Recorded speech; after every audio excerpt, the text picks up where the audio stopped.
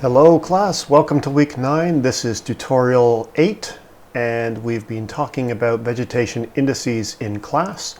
We're now going to have a tutorial that shows you how we can use Raster Calculator and the EASI modeling functionality to calculate those types of indices in Focus. So I have here open already the same GTA image that we've seen before. I'm showing it in a false color infrared, and I've simply zoomed and panned in on a larger area of the city of Toronto. So we can see here the sort of red pink areas are vegetated and the sort of cyan areas are built up. The dark areas are generally water or shadow, and the very bright spots are cumulus clouds that happen to be drifting over the city. What we want to do is characterize the vegetation using a vegetation index, and we're going to do that using a series of different methods and techniques. The first thing that we need to do, though, is to add layers to the file that are going to receive the calculation results so that we don't end up overwriting something that's already in the file. So if I click on the Files tab, we can right click on the image and head on over to New. Maybe I'll just zoom in here so we can see a little bit better. Right click, New, and we're going to add a new raster layer. And we can choose now whether we want to add 8-bit, 16-bit, 32-bit, and various versions of them. Now, notice that we currently have 16-bit unsigned integer layers. There are 7 of them. That means that the values can't store negative values. Now we want something that's going to be able to store negative values, because anything that's negative we know isn't vegetation, and it's part of what the vegetation indices, generally things like NDVI, show us and tell us. So knowing that we have a signed version is really important. But we also don't want simply an integer value. So if we think about something like NDVI, the Normalized Difference Vegetation Index, we know that the result is going to vary between 0 and +1, and then negative values being meaningless. But that means that we need to store fractional components to these calculations. So we need to go down to 32-bit real data, and we're going to have to add one of those channels. I'm going to also add an 8-bit layer and show you why it's not going to work. So I'm adding these 2 different examples so that we can work through the calculation and store it on an 8-bit channel and store the same result to a 32-bit data channel, and hopefully you'll see what the distinction then is. So we're going to hit Add. And those are going to be done in just a second. Okay, we can close this window. Notice that we have here band 8, which is a 8U. That's an 8-bit unsigned integer layer. And we have band 9, which is a 32-bit real. That means it allows floating point values or values with a decimal place. And these are currently completely blank, completely empty. So if I were to select one of these and I said View as Grayscale, and we went over to Maps, we'd see that the image is blank. There's nothing in here. There's no data. When we click around on here, at the bottom of the screen, it tells us that there's no data. Similarly, the 32-bit real as Grayscale, there is no data. So these are currently completely empty. Let's remove them from the area because there's nothing there yet. This is our current image. Let's go ahead and calculate NDVI. The first thing that we're going to do is calculate the Normalized Difference Vegetation Index, or NDVI, using the Raster Calculator. So we're going to go up under Tools, select Raster Calculator, and it brings up a series of options for us to work with. Notice that it currently picked up that the input file is my gta.pix file. It's because it was selected here. If this is all blank and there's nothing showing there, we can simply click under Input, click on Browse, select the file that we want to work with, in this case gta.pix, and then click on Open. And it's going to load all of the bands into this window, so that if we double click on any of those bands, it automatically puts into the expression line the reference to that specific band. So let's clear everything. Near the Normalized Difference Vegetation Index is the near infrared layer, and from there we're going to subtract the red value. We close the bracket and we divide all of that by the sum of the near infrared and the red band, and I close the bracket. So we have the expression up here. We've done that by sort of clicking here. I could simply type it in this upper bar as well, but I can now select what the output is going to look like. And in this case, it defaults to producing an 8-bit unsigned output. Now, I'm going to tell you right now, this is not going to work properly, but I'm going to run it anyhow to show you what I mean. So we're going to create the output simply to the display. I'm not going to write it to a file, but let's see what happens when I hit Run. When I hit Run, I'm just going to slide this out of the way. When I hit Run, we end up with an image that is all black. Let's go to the full size. All black. They're all zeros.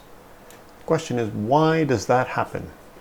Well, when we calculate NDVI, we are likely getting values 0.01, 0.3, 0.25.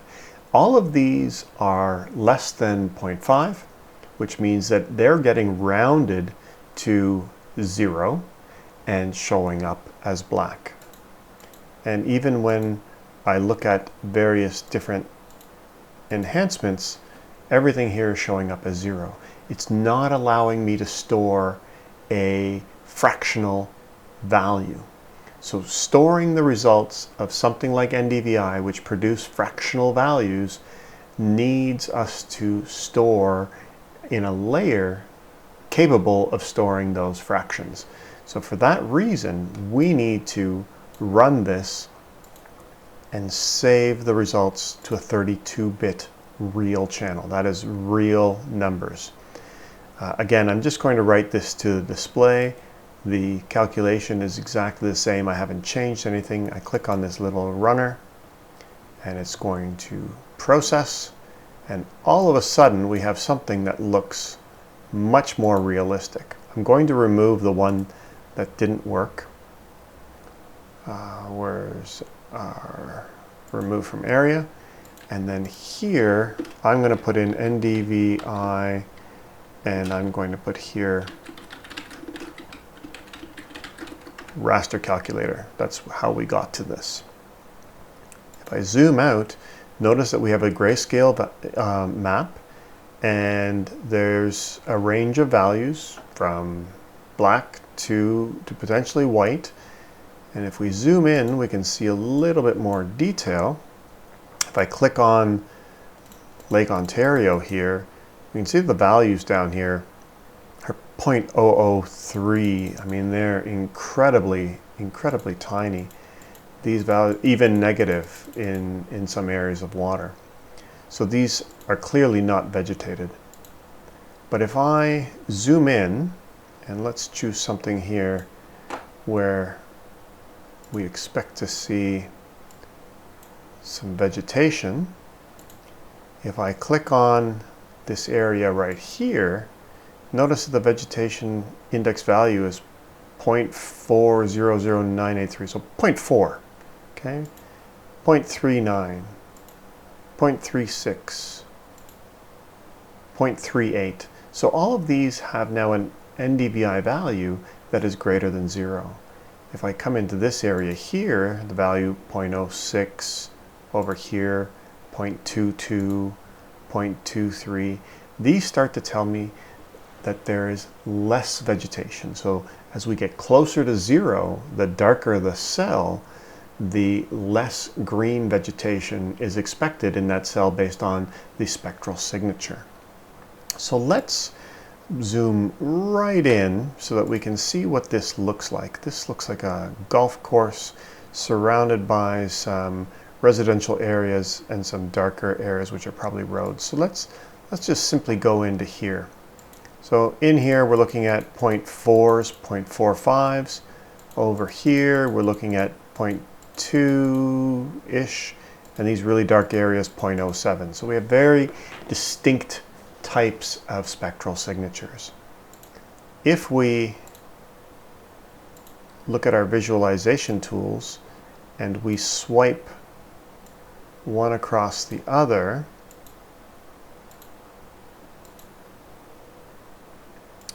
we can see that this area down here, which looks like it's some sort of a residential neighborhood, and this looks like it could be a golf course, as we swipe those over, we can see that the golf course clearly has a much higher NDVI. This residential neighborhood has a much lower but highly variable NDVI.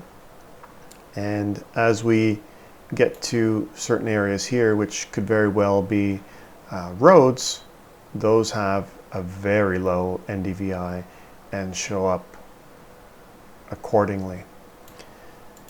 So we could look at the hyperspectral reflectance of these areas, and if I click somewhere in the golf course area, notice that we have, and band 1 is the cirrus band, but band 2 is blue, it's very low, slightly higher in band 3, which is green, a little bit low in red, band 4, band 5 jumps really high into the near infrared. So this is the classic vegetation curve that we're trained to see, and we see it very evident here where vegetation is abundant. Over here, where the tone is a little bit more muted relative to here, here we have brighter red tones, here we have slightly lower red tones. We're now looking at vegetation, but perhaps not as green, maybe not as vibrant in terms of the amount of chlorophyll. So the spectral signature is showing us that the NDVI index shows that to us as well. And if I click on something like this black area here, I'm just going to adjust the window. It's going to really stretch it out based on the range, but the values are quite low compared to the vegetation here. Notice that the peak in the vegetated area is over 20,000.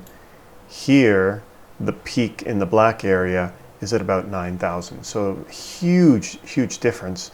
And if I click here on one of these cyan areas, we have something that's much more sort of soil line looking, where the brightness increases almost steadily through the visible part of the spectrum into the near infrared. So simply looking at the spectral signature gives us a sense as to what the land cover might be. The NDVI layer helps to characterize that in terms that are really quite obvious. And if I zoom right out, increase the contrast, and we sort of look around, outside the city we have much more sort of agricultural land, much more green space. We get into Hamilton, not all that much green area. Out west, we can see the areas that are green versus not green. Perhaps we've got agricultural areas that are fallow or not fallow, and we have clearly areas that are vegetated, areas that are not, and NDVI picks those out for us. So it's really a handy tool. So the nice thing is that in the Raster Calculator we can create outputs by performing some arithmetic expression by simply typing in the band numbers, and it's as if we're doing this on a pixel by pixel basis, and it knows that this equation is then applied to every cell in the entire image. And we could do all kinds of things here. We could say, well, let's take red plus shortwave infrared divided by blue times, oops,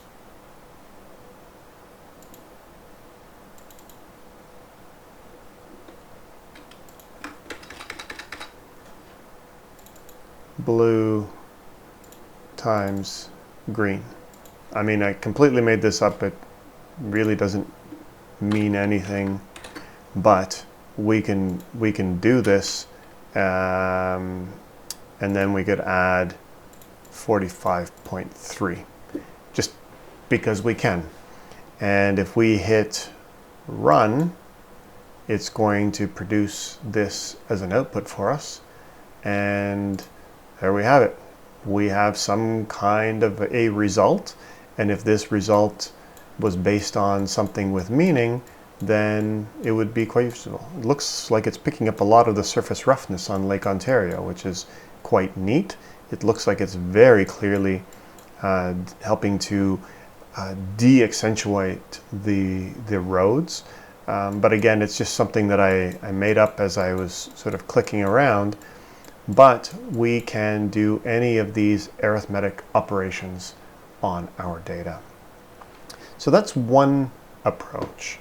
The other approach that I'm going to show you that does the same thing, I'm going to delete this because it's a complete bogus layer. Hold on 1 second, remove from area. And this is our NDVI layer that we calculated before. We could, before I continue on, we could also look at the histogram, and we see that there's a lot of 0 or very near 0 values because we have a lot of water in this image. And then we have sort of this distribution of positive values, very few negative values, these generally coming from things like clouds or conditions that just don't make sense from a vegetation perspective. The second way to calculate NDVI is to use EASI Modeler. So we're going to go to Tools, EASI Modeling, and we've seen this before when we did things like bitmaps. We have the input file, which is our gta.pix file, and in here we're going to write the equation that we want to have calculated. So if we think back to our Files tab, we know that we have the 8-bit layer and a 32-bit layer. What we're going to do is first say %8. So our 8-bit layer, which is in band 8, is going to be %5 minus %4, and it's going to be divided by %5 plus %4. So we're going to calculate NDVI, and we're going to write it to the 8th band. I'm going to go back to the full screen. I'm going to hit run. We're going to let that thing finish. And then under the Files tab, we are going to view in grayscale that result. I'm going to turn the GTA off, and notice that we have 0 values because this currently isn't allowing us to write floating point values to a 8-bit data layer or band. So let's change this %8 to %9, which band 9 was the 32-bit layer that we've added, and I'm simply going to run this. And now under the Files tab, I'm going to view in grayscale that result.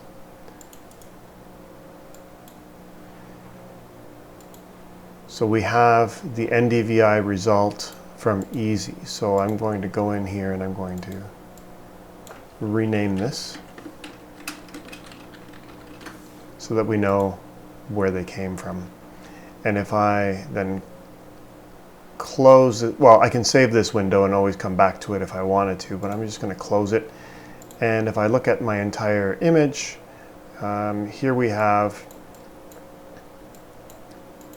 very low NDVI values, 0.005s, and in this vegetated area we're looking at 0.3s, 0.4s, this vegetated area 0.4s, in this residential area 0.1s, 0.2s, and we're getting the same kind of context that we were before.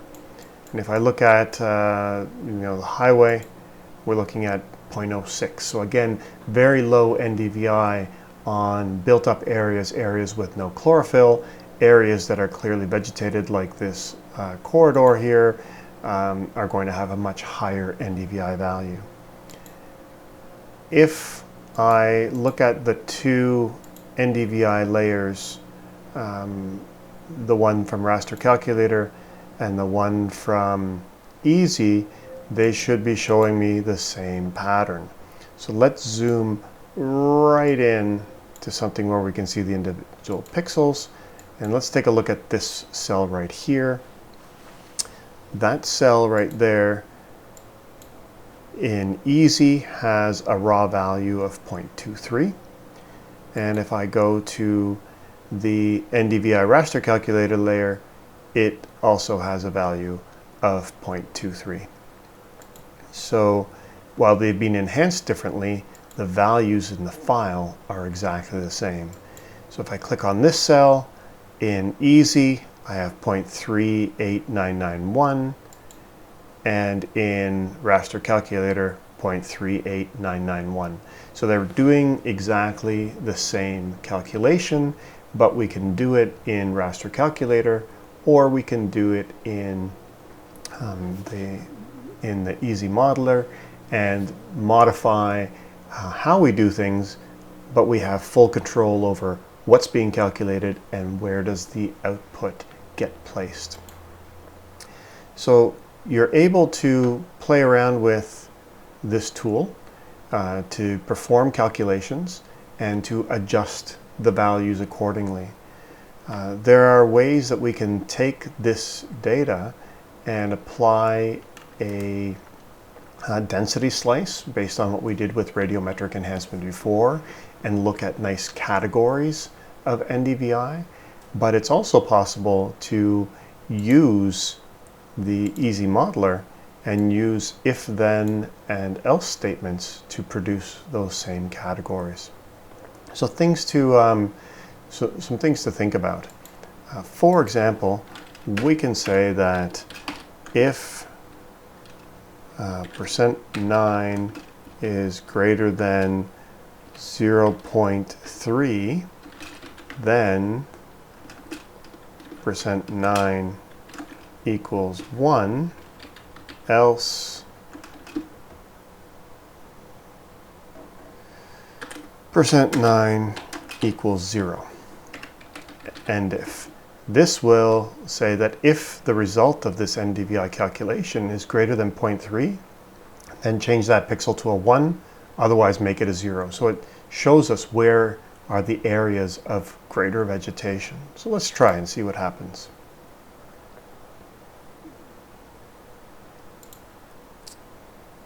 I'm going to go back here and view as grayscale, And I'm going to turn the other layers off. And now we have a binary result. And the binary result simply tells us that all of these areas that were not vegetated show up here as white, and the areas that are vegetated show up as ones. So we have control over our final presentation. We can look at these and say, aha, this is a way that we can create masks. This is a way that we can start to focus in on very specific areas of interest. But at the core of it all, we can take something like a multispectral image in false color infrared. We can look at calculating vegetation indices or various band combinations in whatever way we would like, and then we can draw those areas on top. And we can zoom in even further so we can see this even better. Imagine that we have this area here, clearly a golf course and so on, but if I put the mapping on top, everything here that's showing up in black now is an area that has greater than 0.3 NDVI, and everything that's showing in through behind is less than 0.3. So we have a way to really visualize what's going on.